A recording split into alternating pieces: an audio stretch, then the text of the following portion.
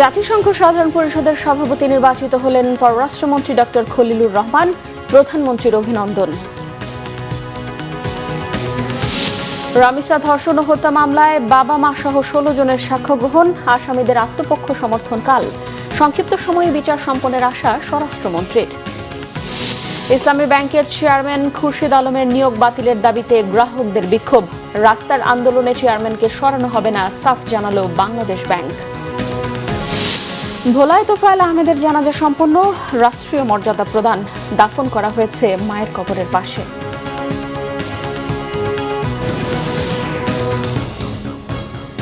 দেখছিলেন crown cement সংবাদ শিরোনাম। জাতিসংঘের সাধারণ পরিষদের 81তম অধিবেশনের সভাপতি পদে বাংলাদেশের প্রার্থী ও পররাষ্ট্রমন্ত্রী ডক্টর খলিলুর রহমান নির্বাচিত হয়েছেন। বাংলাদেশের এই ঐতিহাসিক অর্জনের জন্য পররাষ্ট্রমন্ত্রীকে অভিনন্দন জানিয়েছেন প্রধানমন্ত্রী তারেক রহমান। জাতিসংঘ সদর দপ্তর অনুষ্ঠিত নির্বাচনে জাতিসংঘের 193টি সদস্য রাষ্ট্রের প্রত্যক্ষ ভোটে ডক্টর খলিলুর রহমান 99 ভোট পেয়ে বিজয়ী হন। তার প্রতিদ্বন্দ্বী সাইপ্রাসের প্রার্থী পেয়েছেন 91 ভোট। এই বিজয় আন্তর্জাতিক অঙ্গনে বাংলাদেশের প্রতি জাতিসংঘের সদস্য দেশগুলোর আস্থা, গ্রহণযোগ্যতা এবং ক্রমবর্ধমান কূটনৈতিক প্রভাবের সুস্পষ্ট প্রতিফলন ঘটেছে। বিএনপি নেতৃত্বাধীন সরকার দায়িত্ব গ্রহণের সময় নির্বাচনের জন্য মাত্র 3 মাসের মতো সময় অবশিষ্ট ছিল।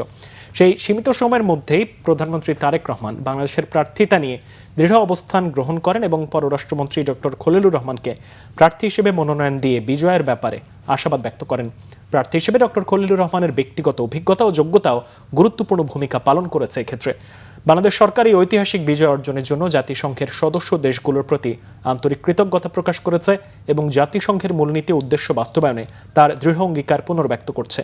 এর আগে 1986 সালে জাতিসংঘ সাধারণ পরিষদের 41তম অধিবেশনে সভাপতির দায়িত্ব পালন করেছিলেন সাবেক স্পিকার হুমায়ুন রশিদ চৌধুরী।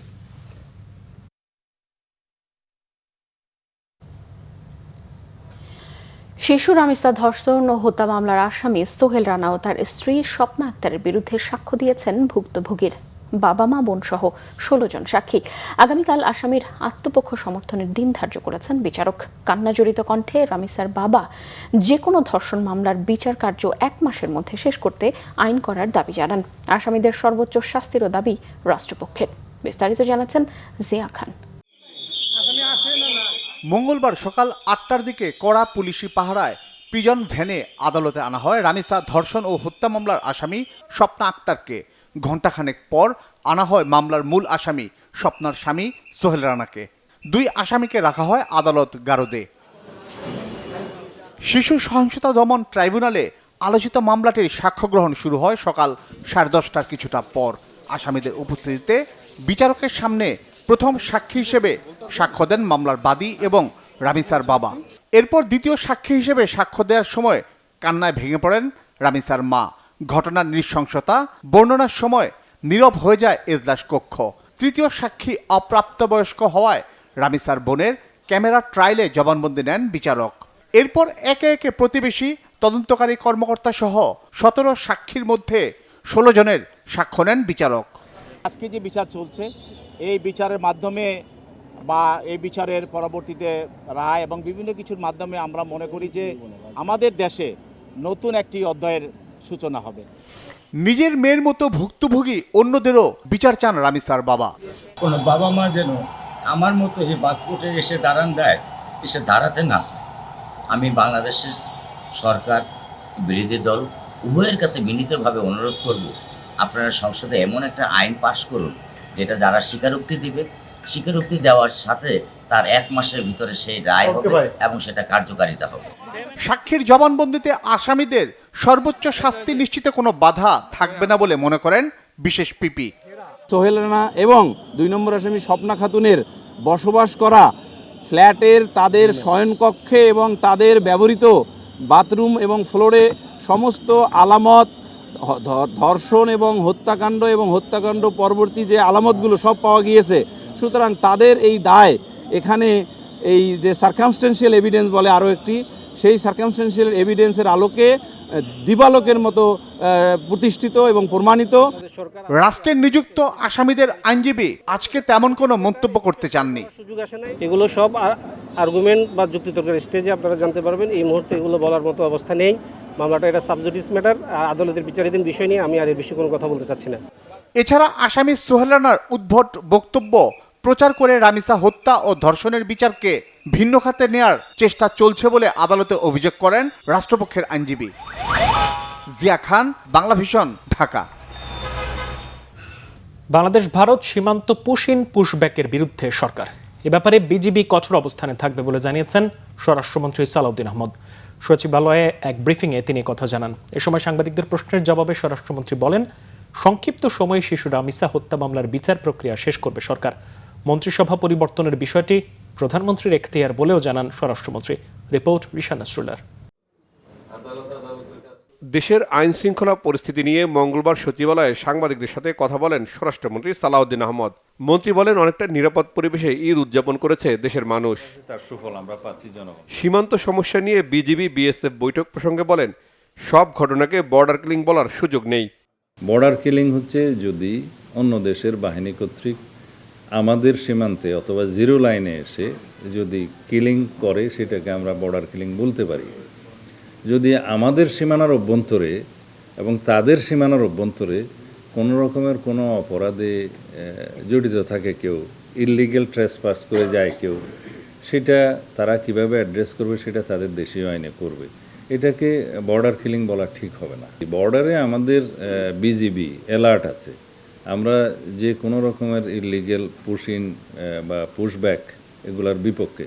শিশু রামিসা হত্যাকাণ্ডের বিচার দ্রুত গতিতে এগিয়ে চলছে জানিয়ে সালাউদ্দিন আহমদ বলেন, সংক্ষিপ্ত সময়ে বিচার প্রক্রিয়া শেষ করা হবে। বিচার কার্য নিয়ে আমরা কোনো কথা বলতে চাই না, তবে যেহেতু সবার প্রত্যাশা যে একটু সংক্ষিপ্ত সময়ের মধ্যে বিচার কার্যটা শেষ হোক, আমরা সেটা করার ব্যবস্থা করছি। সাক্ষী শেষ হয়ে গেলে তারপরে আর কিছু আইনানুগ ব্যবস্থা আছে, যেমন আসামিকে সাক্ষ্য গ্রহণের পরে পড়ে শোনাতে হয় সে দোষী কি দোষী নেই, এই সমস্ত বিষয় আছে। তারপরে আর্গুমেন্টের জন্য দিন রাখতে হয়, আর্গুমেন্টের পরে রায়ের জন্য দিন ধার্য হবে, এটা আদালতের বিষয়। তা আশা করছি সংক্ষিপ্ত সময়ের মধ্যে বিচার কার্যটা শেষ হবে।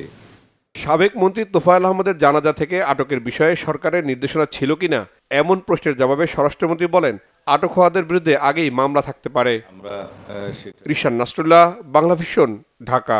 সাক্ষী শেষ হয়ে গেলে ইসলামী ব্যাংকের নবনিযুক্ত চেয়ারম্যান খুরশিদ আলমের নিয়োগ বাতিলের দাবিতে মঙ্গলবারও আন্দোলন করেছে গ্রাহকরা। এ সময় সাবেক এমডি ওমর ফারুক খানকে বহালের দাবি জানান তারা। তবে রাস্তার আন্দোলনের প্রভাবে চেয়ারম্যানকে সরানো হবে না বলে সাফ জানিয়ে দিয়েছেন কেন্দ্রীয় ব্যাংকের মুখপাত্র আরিফ হোসেন খান। শুভ মাহফুজের রিপোর্টে বিস্তারিত। সচেতন গ্রাহক ফোরামের ব্যানারে মঙ্গলবার সকাল ৯টার আগেই মতিঝিলের দিলকুশা ইসলামী ব্যাংক টাওয়ারের সামনে জড়ো হন ইসলামী ব্যাংকের গ্রাহকরা। এ সময় তারা নবনিযুক্ত চেয়ারম্যান খুরশিদ আলমকে তৎকালীন আওয়ামী লীগ সরকারের দোসর উল্লেখ করে ক্ষোভ জানান।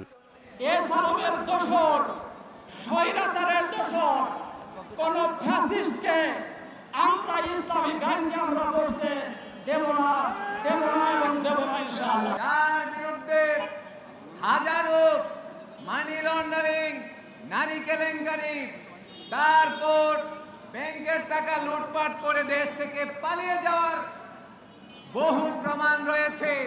এই ধরনের একজন প্রমাণিত স্বীকৃত চোরকে আবার এই ব্যাংকের চেয়ারম্যান হিসাবে আনা হচ্ছে, এটা এই জাতির জন্য লজ্জাজনক।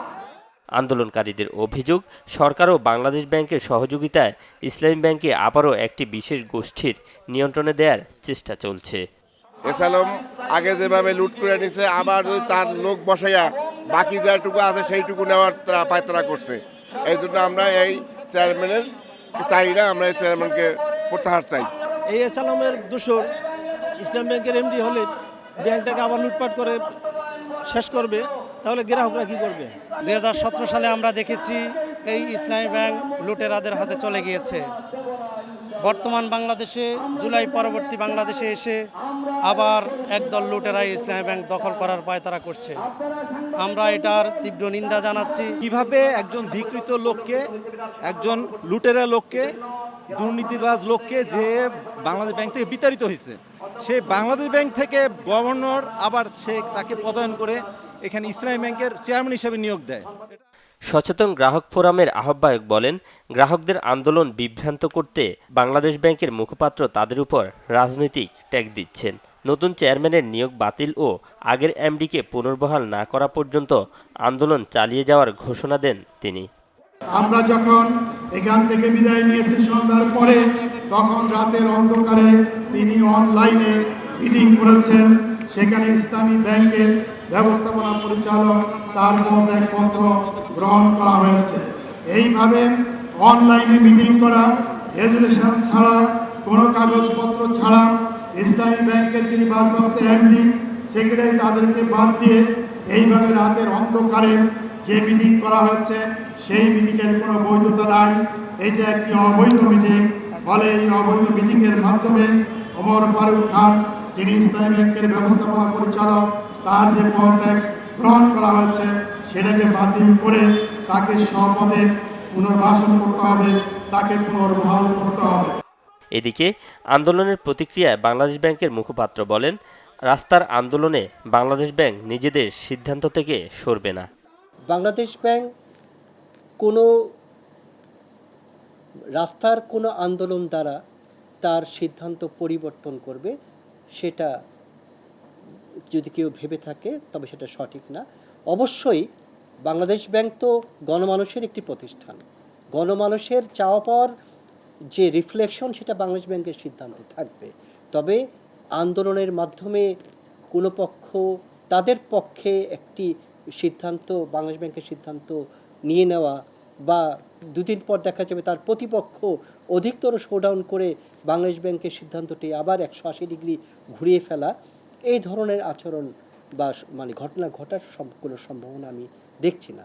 তবে ইসলামী ব্যাংকের নবনিযুক্ত চেয়ারম্যান খুরশিদ আলমের স্ত্রীর ঋণ খেলাপির কথা স্বীকার করেন কেন্দ্রীয় ব্যাংকের মুখপাত্র। ওনার ব্যক্তিগত নামে কোনো ঋণ নেই, প্রতিষ্ঠানের নামে ঋণ আছে। যে প্রতিষ্ঠানে তার ওয়াইফও একজন পার্টনার বা পরিচালক, যে কোনো একটা। শুভ মাহফুজ, বাংলা ভিশন, ঢাকা।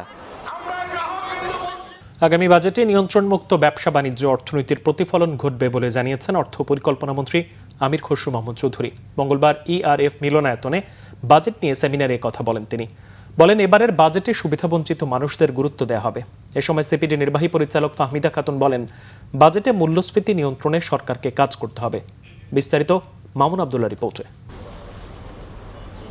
সপ্তাহখানেক পরেই সংসদে পেশ করা হবে ৫৬তম জাতীয় বাজেট, যার আকার ধরা হয়েছে প্রায় ৯,০০,০০০ কোটি টাকারও বেশি। এমন এক সময় এই বাজেট পেশ করা হবে যখন সরকারের সামনে মূল্যস্ফীতি নিয়ন্ত্রণ, আর্থিক খাতে সুশাসন এবং আয় বৈষম্য বেশ চ্যালেঞ্জের। এমন প্রেক্ষাপটে মঙ্গলবার দুপুরে রাজধানীর পুরানা পল্টনে ইআরএফ মিলনায়তনে আয়োজন করা হয় বাজেট ২০২৬-২৭ প্রত্যাশা ও বাস্তবতা শীর্ষক সেমিনার। এ সময় ব্যবসাবান্ধব পরিবেশ নিশ্চিতে সরকারকে এগিয়ে আসার আহ্বান জানান ব্যবসায়ীরা। আমাদের সবই ঠিক আছে, ব্যবসার দমও আছে, কিন্তু আমরা সহযোগিতা পাইনি। আমরা সময় মতো এলসি করতে পারিনি, কাঁচা মাসে এলসি করতে পারিনি। এখন প্রতিনিয়ত আমরা কি দেখছি, চাঁদাবাজি। তারপরে এই নোয়াখালীতে গতকালকে একটা পরিবার থেকে 2 জনকে হত্যা করা হয়েছে, আরও 3 জন হাসপাতালে আছে। টোটালি চাঁদাবাজি। তো আপনাদের কর্মসংস্থান যদি না হয়, এইগুলাকে ঠেকানো সম্ভব হবে না। বিপিসি একই বিজনেস করে, আমি একই বিজনেস করি, বিপিসি আমার রেগুলেটর। বিপিসির কাছে লাইসেন্সের কোনো কাগজ পাঠালে বিপিসি পরে মার্কেটিং কোম্পানির কাছে। মার্কেটিং কোম্পানি জানেও না এলপিজি কী জিনিস। ওরা 3 মাস ঘোরায়, 6 মাসের মাথায় গিয়ে একটা করতে চায়। সেমিনারে গবেষণা সংস্থা সেন্টার ফর পলিসি ডায়ালগ সিপিডির নির্বাহী পরিচালক ফাহমিদা খাতুন করদাতাদের উপর চাপ কমিয়ে নতুন কর আহরণের উপায় খোঁজার আহ্বান জানান। আগামী অর্থ বছরে 6.5% প্রবৃদ্ধির কথা বলছেন। 5% যদি হয়, 5% থেকে 6.5% করতে হলে এই যে প্রিকন্ডিশনগুলা, এই বিনিয়োগ বান্ধব পরিবেশ, জ্বালানি, সুশাসন, আইন শৃঙ্খলা পরিস্থিতি এবং ল অ্যান্ড অর্ডারের কথাও একজন বলে গেছেন পূর্ববর্তী বক্তা, এইগুলো যদি আমরা ফুলফিল না করতে পারি তাহলে এই লক্ষ্যমাত্রাটা আসলে পূরণ হবে না। এ সময় অর্থমন্ত্রী আমির খসরু মাহমুদ চৌধুরী বলেন, ব্যবসা বান্ধব পরিবেশ নিশ্চিতে নিয়ন্ত্রণমুক্ত ব্যবসায়িক পরিবেশ গড়ে তোলা হবে।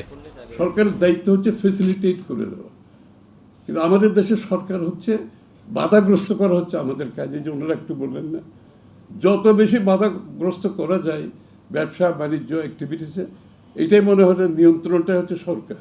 আমরা সেখান থেকে বেরিয়ে আসতে চাই। এক কথায় বলছি, আমি যত পারমিশন যতগুলো আছে সবগুলো টাইম ফ্রেমের মধ্যে সিদ্ধান্ত দিতে হবে। This is our decision.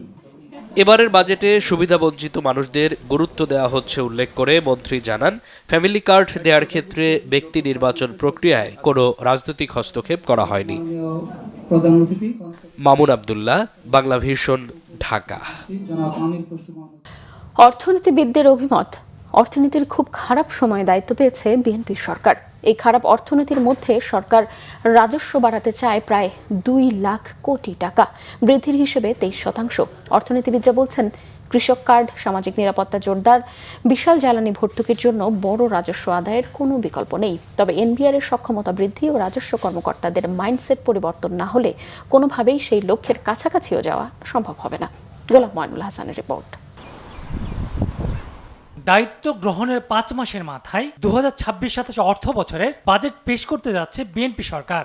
এদিকে এখনো বেশিরভাগ ব্যাংকের অবস্থা নাজুক, রয়েছে বৈদেশিক ঋণ পরিশোধের চাপ, পূর্বের শর্ত পূরণ না হয় দাতা সংস্থার কাছ থেকে বড় ঋণ প্রাপ্তির আশাও কম। তাই অভ্যন্তরীণ উৎস থেকে রাজস্ব আদায় বৃদ্ধি ছাড়া পথ খোলা নেই বলছেন অর্থনীতিবিদরা। সরকার এই মুহূর্তে এমন একটা চ্যালেঞ্জে রয়েছেন যেখানে বিদেশি উৎস থেকে বর্ধিত ঋণ পাওয়ার সম্ভাবনার তুলনামূলকভাবে কম, যেহেতু তার ব্যালেন্স অফ পেমেন্টস পজিশন তুলনামূলকভাবে অতটা ভালো না। আবার একই সাথে অভ্যন্তরীণ উৎস থেকে সরকার যদি ঋণ নেন, ব্যাংক ব্যবস্থা থেকে প্রচুর পরিমাণে ঋণ নেন, তাহলে ব্যক্তিখাত যে ব্যাংক থেকে ঋণ নেবেন সেই সুযোগটা তার অনেকটাই কমে আসে। তবে এটাও বাস্তবতা যে বাংলাদেশে যে পরিমাণ রাজস্ব জিডিপি অনুপাত, সেটা এশিয়ার ভিতরে সর্বনিম্ন, যেটা আমাদের মতো উন্নয়নশীল দেশের সাপেক্ষে মোটেই গ্রহণযোগ্য না, এবং আমাদের এখানে রাজস্ব বৃদ্ধির যথেষ্ট সুযোগ রয়েছে। ডেফিনেটলি টাফ হবে। এখন টাফ হলে যদি সেটা না পারে পুরোপুরি অর্জন করতে, কতটা পারবে না প্রশ্ন সেটা, যে হয়তো আমি 9,30,000 কোটি টাকার বাজেটের মধ্যে যে হাই টার্গেট থাকবে রেভিনিউর, সে জায়গায় আমরা পৌঁছতে পারলাম না। এখন কতটা ঘাটতি থাকবে এবং সেক্ষেত্রে আমাদের ঘাটতিটা অর্থায়ন কীভাবে হবে, সেটা হলো একটা গুরুত্বপূর্ণ বিষয়। বিদ্যমান এনবিআর কাঠামো দিয়ে রাজস্বের বড় জাম দেওয়া কঠিন বলে মনে করেন তিনি। রাতারাতি এনবিআর এর মানুষের যারা কালেক্ট করে তাদের যে স্বচ্ছতা, সেখানেও আমরা বদলাই দিতে পারবো না। ফলে একটা বাজেটের পিরিয়ডে আমরা ধরে নেব যে এইগুলো একই রকম থাকবে, স্বচ্ছতা বলি, ঠিক আছে, বা তাদের যে ড্রাইভ সেগুলো একই রকম থাকবে। তো একই রকম থাকলে অর্থনৈতিক কর্মকাণ্ডের উপর নির্ভর করবে কতটা পারবে। প্লাস যারা কিনা ট্যাক্সের বাইরে আছে, হ্যাঁ, গ্রামে গঞ্জে আমরা যেটা প্রবৃদ্ধি কেন্দ্র বলি, গ্রোথ সেন্টার বলি, সেখানে কিন্তু 3 রাস্তা মোড়ে আপনি দেখবেন, হ্যাঁ, একটা দোকানের মধ্যে একজন দেখেছি মাসে হয়তো মানে 1-2 লাখ টাকা তারা তো টার্ন ওভার, এবং তাদের দেখা গেছে কি যে ইনকাম, হ্যাঁ, মান্থলি ইয়ারলি তাদের ট্যাক্স দেওয়ার কথা, এবং সেখানে কিন্তু অনেক জায়গায় ট্যাক্স যে দিতে হয় সে ধারণাটাই নাই। রাজস্ব বাড়াতে সম্পদ কর আরোপ সহ বেশ কিছু নতুন খাত তৈরি করতে চাইছে এনবিআর। যে সরকার নতুন ধরনের কিছু কিছু রাজস্ব আদায়ের উদ্যোগ নিচ্ছেন, কর আদায়ের উদ্যোগ নিচ্ছেন, উত্তরাধিকার কর, সম্পদ করের মতো বিষয়গুলো, এই ধারণাগুলো নতুন। তবে আমরা মনে করি যে গুরুত্ব দেওয়া উচিত আসলে গড়জালের বাইরে যারা রয়ে গিয়েছেন তাদেরকে নিয়ে আসা। সবসময় যেটা হয় যে রাজস্ব বোর্ডের একটা প্রবণতা থাকে যে সমস্ত উৎস থেকে সহজে আদায় করা যায়, যে সমস্ত জিনিসগুলো সহজে ট্রেস করা যায়, তাদেরকেই মূলত একটা টার্গেট করার একটা প্রবণতা থাকে। আসছে অর্থ বছরে ব্যক্তির কর্মুক্ত আয়ের সীমা 4 লাখ টাকা করার প্রস্তাব এরই মধ্যে অনুমোদন করেছেন প্রধানমন্ত্রী তারেক রহমান। গোলাম ময়নুল হাসান, বাংলা ভিশন, ঢাকা।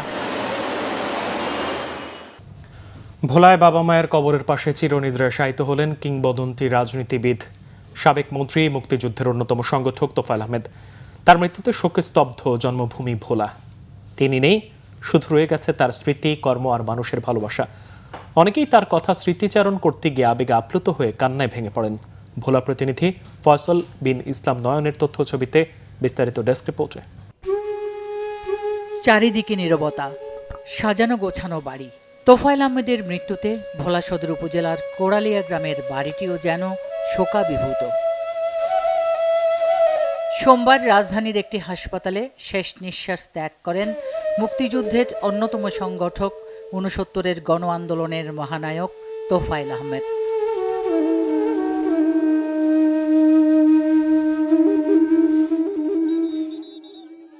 মঙ্গলবার দুপুর 1টার দিকে কড়া নিরাপত্তায় হেলিকপ্টার যোগে ভোলায় পৌঁছে তার মরদেহ। ভোলা সরকারি স্কুল মাঠে দূর দূরান্ত থেকে ছুটে যান স্বজন, শুভাকাঙ্ক্ষী ও সাধারণ মানুষ। জোহরের নামাজের পর ভোলা সরকারি স্কুল মাঠের দ্বিতীয় জানাজায় দল মত নির্বিশেষে ঢল নামে জনতার।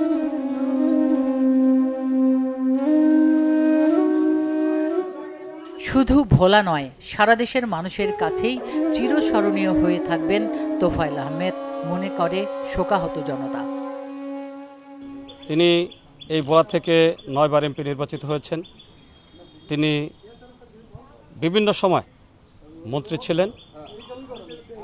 সর্বোপরি তিনি এই বাংলাদেশের স্বাধীনতা স্বাধিকার আন্দোলনে যে অগ্রণী ভূমিকা পালন করেছেন, সেই কারণেই আজকে আসলে আমরা যে দেশ পেয়েছি, এই দেশের পিছনে তার অবদান অনস্বীকার্য। আজকে আমরা একজন জননেতা হারিয়েছি, আমরা আমাদের অভিভাবক হারিয়েছি। এই শূন্যতা, তোফায়েল ভাইয়ের শূন্যতা শুধু ভোলা নয়, বাংলাদেশের রাজনীতিতে একজন মহাতারকার চেয়ে আজকে চলে গেলেন, এই শূন্যতা কখনই পূর্ণ হবে না। আমরা হারিয়েছি ভোলাবাসী আমাদের অভিভাবককে, দেশ হারিয়েছে একজন জাতীয় নেতাকে। উনি শুধু জাতীয় নেতা নন এবং ভোলার নেতা নন, উনি এ দেশের স্বাধীনতার জন্য অনেক কিছু করেছেন। এর আগে বীর মুক্তিযোদ্ধা তোফায়েল আহমেদকে রাষ্ট্রীয় মর্যাদায় গার্ড অব অনার দেওয়া হয়। জানাজা শেষে মরহুমের মরদেহ সদর উপজেলার দক্ষিণ দিঘলদি ইউনিয়নের কোড়ালিয়া গ্রামে নিয়ে যাওয়া হয়। গ্রামের বাড়িতে ভিড় করে সাধারণ মানুষ, কান্নায় ভেঙে পড়েন অনেকে। তোফায়েল আহমেদ একটি নাম, একটি প্রতিষ্ঠানের নাম, যিনি বাংলাদেশের প্রতিটি উপজেলায়, প্রতিটি জেলায়, প্রতিটি ঘরে যার স্মৃতি আছে। আমরা ভোলা জেলা, চরপেশন, লালমোহন, বরনদী এবং ভোলা জেলা, আমরা সকল আওয়ামী লীগের পরিবার আজকে শোকাহত। আমরা আজকে মনে হয় এতিম হয়ে গেছি। আমরা যারা এই ভোলার প্রেক্ষাপটে তার রাজনীতি করেছি, তার স্নেহ পেয়েছি, তার শাসন পেয়েছি, এই ভোলাতে আমাদেরকে যিনি পরিচিত করেছেন আমাদের নেতা প্রিয় নেতা তোফায়েল আহমেদ। পরে গ্রামের পারিবারিক কবরস্থানে বাবা, মা এবং স্ত্রীর পাশে চিরনিদ্রায় শায়িত হন তোফায়েল আহমেদ।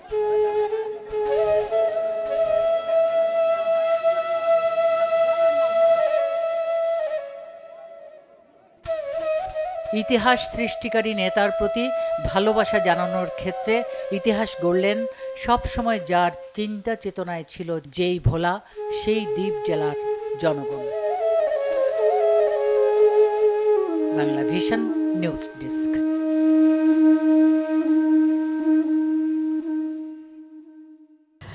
হামের চেয়েও বেশি দক্ষতার সাথে সরকার ডেঙ্গু মোকাবেলা করতে চায় জানিয়েছেন স্বরাষ্ট্রমন্ত্রী সর্দার সাখাওয়াত হোসেন। সচিবালয়ে এক ব্রিফিংয়ে তিনি এই কথা বলেন। স্বাস্থ্যমন্ত্রী বলেন, ডেঙ্গু পরিস্থিতি মোকাবেলায় দেশ জুড়ে পরিচ্ছন্নতা অভিযান, মশক নিধন কার্যক্রম এবং চিকিৎসা ব্যবস্থার প্রস্তুতি জোরদার করা হয়েছে। মন্ত্রী জানান, ডেঙ্গু চিকিৎসায় বেসরকারি হাসপাতালগুলোতে 10% শয্যা সংরক্ষণ রাখতে হবে। এছাড়াও ডেঙ্গু রোগীদের কাছ থেকে ঔষধ ও খাবার খরচ ছাড়া অন্য কোনো খরচ নেবে না বেসরকারি হাসপাতাল।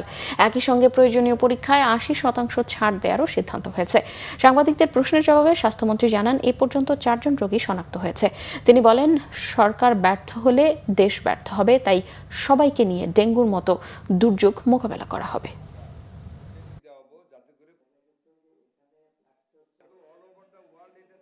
এক্সট্রিম ওয়ার্ক আমরা শুরু করতে যাচ্ছি all over the country to have the cleanliness, যাতে করে মশার প্রজনন বৃদ্ধি না পায়। সমানে পানিতে এবং স্থলে এবং জলে আমাদের সমানে স্প্রে চলবে। আমার অগাধ বিশ্বাস আছে আমাদের ডাক্তারদের উপর। তারা ডেঙ্গুর যেভাবে মিজেলসকে ফাইট করেছে, আরও পরিসর বৃদ্ধি করে ডেঙ্গুর বিরুদ্ধে ফাইট করবে।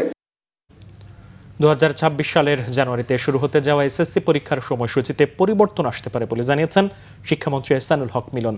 সচিবালয়ে প্রধানমন্ত্রী তারেক রহমানের সাথে শিক্ষা মন্ত্রণালয়ের সংশ্লিষ্টদের সৌজন্য সাক্ষাৎ শেষে একথা জানান তিনি। শিক্ষামন্ত্রী জানান, আগামী বছরের 7 জানুয়ারি এসএসসি পরীক্ষা শুরুর সিদ্ধান্ত নেওয়া হয়েছিল, কিন্তু রোজার কারণে 1 মাস পেছানো হতে পারে, তবে বিষয়টি এখনো চূড়ান্ত হয়নি। শিক্ষামন্ত্রী আরও জানান, প্রধানমন্ত্রীর সাথে সাক্ষাতে শিক্ষা খাতকে যুগোপযোগী করার নির্দেশ দিয়েছেন তারেক রহমান।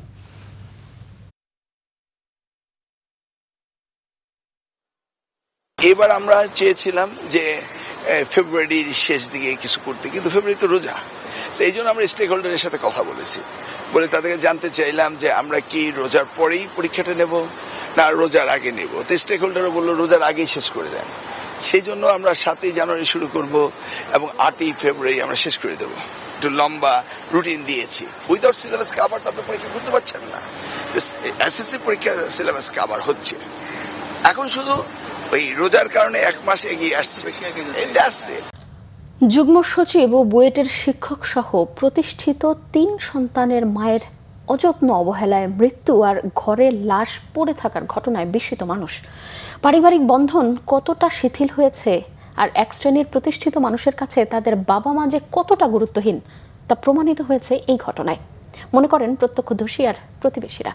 ময়নাতদন্তের পর মরদেহ পরিবারের সদস্যদের কাছে বুঝিয়ে দেওয়া হয়েছে। তদন্ত প্রতিবেদন হাতে পাওয়ার পরই পরবর্তী ব্যবস্থা নেওয়া হবে বলে জানিয়েছে পল্লবী থানা পুলিশ। বিস্তারিত জানাচ্ছেন সৈকত সাদিক। রাজধানীর মিরপুরে 6 নম্বর সেকশনের সি ব্লকে তাহমিসা ভবনের অবস্থান।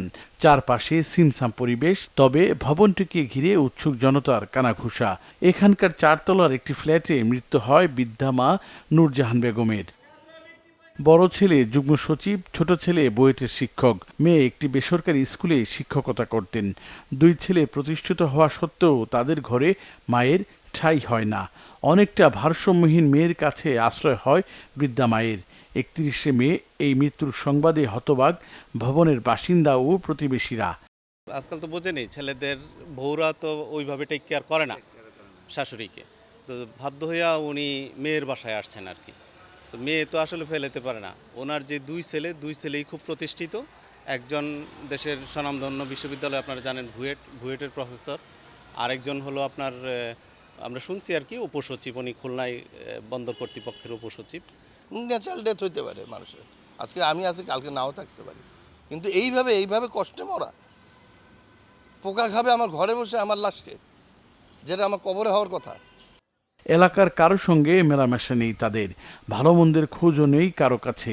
সন্তানদের অযত্ন অবহেলায় রাখার কারণেই এমন করুণ মৃত্যু বলে মনে করছেন তারা।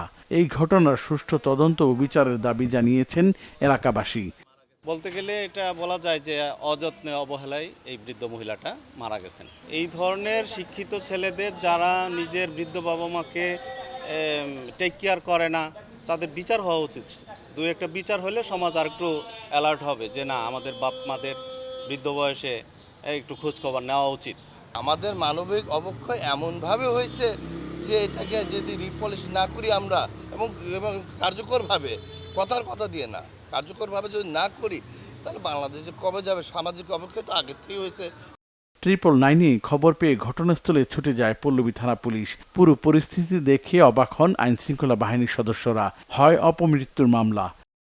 ডেড বডি আমরা যতটুকু দেখেছি যে আসলে আমাদের কাছে মনে হয়েছে যে এটা একটু মৃত্যুর সঠিক সময় যেটা, সেটা নিয়ে আমাদের কাছে একটু কনফিউশন। লাশটা যতটুকু দেখেছি, লাশের গায়ে পোকা ছিল, আমরা দেখেছি পোকা আছে, পোকা দিয়েছে।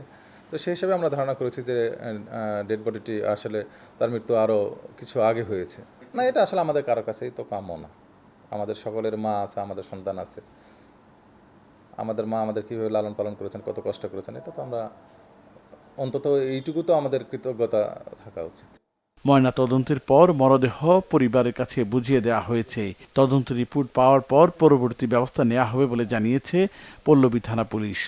আইনি সমাধান এই বিষয়ে আসলে পোস্টমর্টেম রিপোর্ট আসার পরে আমরা পরবর্তী আইনগত ব্যবস্থা নেব যে আসলে তার ডেথ অরিজিনাল কি কেন হয়েছে, কিভাবে হয়েছে। সৈকত সাদিক, বাংলা ভিশন, ঢাকা। দেশজুড়ে থামছেই না হামের প্রকোপ। গত 24 ঘন্টায় সারা দেশে মৃত্যু হয়েছে আরও 6 শিশুর, আর নতুন ভর্তি হয়েছে 1334 জন। এদিকে বছরের শুরু থেকে রাজধানী শিশু হাসপাতালে চিকিৎসা নিয়েছে প্রায় 1000 শিশু। বিশেষজ্ঞরা বলছেন টিকাদানে ঘাটতি ও সচেতনতার অভাব পরিস্থিতিকে আরও জটিল করে তুলছে। বিস্তারিত জানাচ্ছেন আসমাক্তা নূপুর। 18 দিন বয়স থেকেই হামের সঙ্গে লড়ছে জুনায়েদ। এখন তার বয়স 1 মাস। অবস্থার অবনতি হলে ফরিদপুরে 3 দিন চিকিৎসার পর তাকে আনা হয় রাজধানীর শিশু হাসপাতালে। ওর 18 দিন বয়সে শরীরে প্রথম র্যাশ দেখা দিছে, পরে আমরা আমাদের জেলা হসপিটালে ভর্তি করছিলাম, সেখান থেকে এখানে আসছি। এখানে হাম টেস্ট করে হাম ধরা পড়ছে। তো আমরা আইসিইউতে ছিলাম 11 দিন, আর এখানে আসছি আজকে 3 দিন। শুধু জুনায়েদ নয়, শিশু হাসপাতালের ওয়ার্ড জুড়ে বিভিন্ন বয়সী হামে আক্রান্ত শিশুদের ভিড়। হাসপাতাল সূত্র বলছে বর্তমানে হামে আক্রান্ত 112 শিশু ভর্তি রয়েছে। গত 24 ঘন্টায় নতুন করে ভর্তি হয়েছে 33 জন। চলতি বছরের জানুয়ারি থেকে এখন পর্যন্ত চিকিৎসা নিয়েছে প্রায় 998 জন শিশু। 4 দিন জ্বর ছিল, জ্বর কমে না, পরে ঢাকায় নিয়ে আসছি। আসার পরে নিউমোনিয়া হয়েছে, নিউমোনিয়ার একদিন পরে আবার হাম উঠছে। ওর প্রথম জ্বর, তারপর কাশি হয়েছে, তারপর 2 দিনের দিন গায়ে লাল লাল এগুলো উঠতেছে, তারপর ডাক্তার বলছে আর কি ওর হাম হয়েছে, তারপর এখানে নিয়ে আসছে। পাতলা পায়খানা হয়েছিল, আবার ঠান্ডা, মানে কাশতে কাশতে বমি করতো, আবার এই শরীরের মধ্যে ওগুলো উঠছিল। পরে এক জায়গায় এসে ওষুধ পানি দেওয়া নিয়ে কিছুটা কমছে আর কি। চিকিৎসকরা বলছেন হামের পাশাপাশি নিউমোনিয়া ও অন্যান্য জটিলতা নিয়ে আসা রোগীর সংখ্যাও বাড়ছে। আমরা আসলে মিজাজের সাথে কমপ্লিকেটেড পেশেন্টগুলো বেশি পাচ্ছি, বিশেষ করে নিউমোনিয়া, তারপর হচ্ছে ডায়রিয়া, যেগুলো সাথে কমপ্লিকেশন সহ পেশেন্ট। এবং ঈদের পর থেকে পেশেন্টের চাপ আরও বেড়ে গেছে।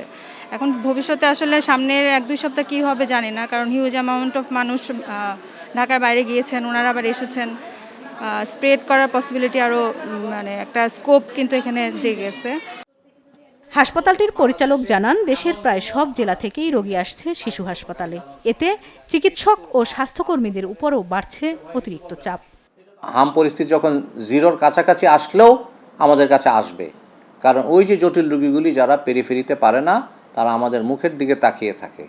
কারণ এরকম একটা 760-70টা রোগী শিশুর বেডের হসপিটাল, যেখানে গবেষণা হয়, যেখানে টিচিং হয়, যেখানে স্পেশালাইজড ডিপার্টমেন্ট প্রতিটা আছে। বিশেষজ্ঞরা বলছেন হাম প্রতিরোধে সবচেয়ে কার্যকর উপায় হলো সময় মতো টিকা নিশ্চিত করা। পাশাপাশি আক্রান্ত শিশুকে দ্রুত চিকিৎসার আওতায় আনতে হবে। চিকিৎসকদের পরামর্শ, আতঙ্ক নয়, সতর্কতাই পারে শিশুদের সুরক্ষিত রাখতে। আসমা আক্তার নূপুর, বাংলা ভিশন, ঢাকা। জামায়াত ইসলামের আমির ডক্টর শফিকুর রহমান বলেছেন, দেশ ভালো নেই, সবকিছু মানুষের প্রত্যাশার বিপরীতে চলছে। সিলেট সদর উপজেলায় ধর্ষণ ও নির্মম হত্যাকাণ্ডের শিকার 4 বছর বয়সী শিশু ফাহিমার স্বজনদের সাথে দেখা করেন জামায়াত আমির। এ সময় স্বজনদের সমবেদনা জানান তিনি। পরে সাংবাদিকদের সাথে কথা বলেন বিরোধী দলীয় নেতা। অভিযোগ করেন, সরকার অত্যন্ত তড়িঘড়ি করে জ্বালানি তেলের দাম বাড়িয়েছে। এর ফলে সাধারণ মানুষের উপর সরাসরি করের বোঝা আরও বাড়বে, যা জনজীবনকে আরও বিপর্যস্ত করে তুলবে। দেশজুড়ে হাম ও রুবেলার প্রাদুর্ভাব এবং এতে শিশু মৃত্যুর ঘটনায় ক্ষোভ জানান ডক্টর শফিকুর রহমান।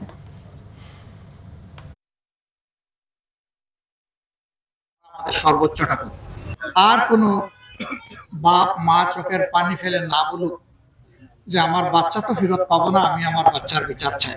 রামিসার বাবাকে সাংবাদিকরা জিজ্ঞেস করেছিলেন, আপনি বিচার চান কিনা? তিনি বলছেন, কার কাছে বিচার চাইব? অসহায়ত্ব প্রকাশ করেছেন। কেন?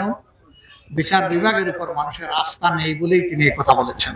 প্রধানমন্ত্রী যেভাবে রামিসার ক্ষেত্রে ঘোষণা দিয়েছেন 15 দিনের মধ্যে রামিসার বিচার সম্পন্ন হবে, আমরা চাই যে এইরকম একটা ঘোষণা এখানকার মন্ত্রী যিনি তিনিও দেবেন, যে আগামী 15 দিনের মধ্যে ফাহিমার বিচারও সম্পন্ন হবে। দেশ ভালো নেই, প্রত্যাশার বিপরীতে এখন দেশ। শুধু এইটুকু বলে গেলাম, কিন্তু আমরা এটাও বলে যাচ্ছি, ওই স্রোত যত ভয়াবহ হোক, এই স্রোতের বিরুদ্ধে আমরা লড়াই করে যাব। ঢাকা ভাঙ্গা এক্সপ্রেসওয়েতে দাঁড়িয়ে থাকা ট্রাকে প্রাইভেট কারের ধাক্কায় নিহত হয়েছে এক শিশু সহ 5 জন। নিহতদের মধ্যে এক শিশু সহ 2 নারী এবং 2 পুরুষ রয়েছে। আহত হয়েছে আরও 2 জন। এদিকে চট্টগ্রামের কর্ণফুলীতে পিকআপের সাথে মোটরসাইকেলের সংঘর্ষে 1 জন নিহত, 1 জন আহত হয়েছে। সড়ক দুর্ঘটনায় নওগাঁয় নিহত হয়েছে 1 জন। ঢাকা ভাঙ্গা হাইওয়ে এক্সপ্রেসওয়ের মালিগ্রাম আন্ডারপাসের কাছে ভোরে এই দুর্ঘটনা হয়। পুলিশ জানায়, ভাঙ্গা উপজেলার মালিগ্রাম এলাকায় দাঁড়িয়ে থাকা একটি গ্যাস সিলিন্ডার বোঝাই ট্রাকের পেছনে প্রাইভেট কারের ধাক্কায় ঘটনাস্থলে নিহত হয় 4 জন।